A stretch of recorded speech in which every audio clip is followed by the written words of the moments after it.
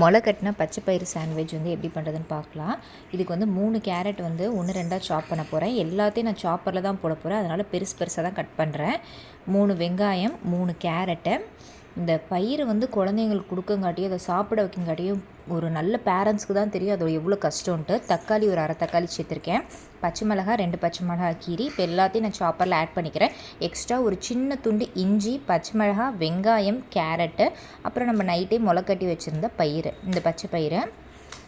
இந்த சாண்ட்விச்சுக்கு தேவையான அளவு உப்பு, சாட் மசாலா 1 டீஸ்பூன். நீங்கள் சாட் மசாலா ஆட் பண்ண விருப்பம் இல்லைனா லைட்டாக லெமன் ஜூஸ் கூட ஆட் பண்ணிக்கலாம். கரம் மசாலா 1 டீஸ்பூன்,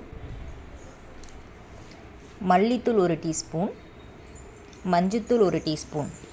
இதெல்லாம் போட்டு நல்லா 1 2 நல்லா ஃபைனாக அந்த மாதிரி சாப்பரில் வந்து சாப் பண்ணிக்கோங்க. நீங்கள் கையிலே முடிஞ்சால் கூட நீங்கள் நல்லா சாப் பண்ணி எடுத்துக்கலாம்.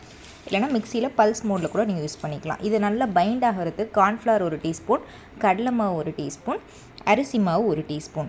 இந்த 3 மாவு போடுறதுனால அந்த மாவு வந்து அப்படியே வந்து பைண்ட் ஆகும். ஸோ ஒன்றுக்கு ஒன்று அந்த இது நம்ம எடுக்கும்போது வந்து பிரியாமல் வரும். ஸோ அதனால் வந்து டேஸ்ட் வந்து நல்லாயிருக்கும். குழந்தைங்க வந்து அது வந்து ஒரு முளைக்கட்டின பயிரை தான் நம்மளுக்கு இப்படி கொடுக்குறாங்க அப்படிங்கிறது கண்டிப்பாக கண்டே பிடிக்க முடியாது. என் குழந்தைக்கு நிறையா விதத்தில் ட்ரை பண்ணேன். கடைசியில் இந்த மெத்தட் மட்டும்தான் எனக்கு சக்ஸஸ் ஆச்சு. இது மாதிரி ஒரு டோஸ்டர் இருந்தால் நீங்கள் டோஸ்டரில் போட்டுக்கோங்க.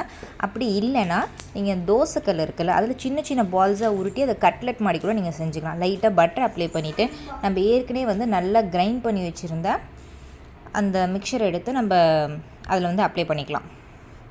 நீங்கள் தோசைக்கல்லில் லோ ஃப்ளேமில் அயன் தவாவில் சின்ன சின்ன பால்ஸாக உருட்டி அதை லைட்டாக வடை மாதிரி தட்டிட்டு மீடியம் ஃப்ளேமில் 2 சைடுமே டோஸ்ட் பண்ணி எடுத்திங்கன்னா அவ்வளோ சூப்பராக இருக்கும். குழந்தைங்களுக்கு இது வந்து நீங்கள் ஸ்நாக்ஸாகவும் வைக்கலாம், லஞ்சாகவும் வைக்கலாம். ரொம்பவே ஹை ப்ரோட்டீனான பிரேக்ஃபாஸ்ட்டு. ஒரு 10 மினிட்ஸில் ரெடி ஆகிடுச்சு பாருங்கள். அப்படியே ரொம்ப கிறிஸ்பியாக இருக்கும். குழந்தைங்க வந்து அது வந்து அந்த கிட்டத்தட்ட ப்ரெட்டு மாதிரியே வச்சு சாப்பிடுவாங்க. ஸோ ப்ரெட் இதோட வந்து ஒரு டொமேட்டோ சாஸ் இல்லைனா தக்காளி வெங்காய சட்னி வந்து சூப்பராக இருக்கும். எனக்கு வந்து கொஞ்சம் குறப்பாக அந்த பயிரோடு சாப்பிட்டா நல்லாயிருக்கும். அதனால் எனக்கு வந்து தனியாக இந்த மாதிரி 1 2 பயிரோடு நான் வந்து அரைச்சி எடுத்துக்குவேன் எப்போதுமே தனியாக. இந்த வீடியோ பிடிச்சிருந்தா லைக் பண்ணிக்கோங்க, சப்ஸ்கிரைப் பண்ணிக்கோங்க.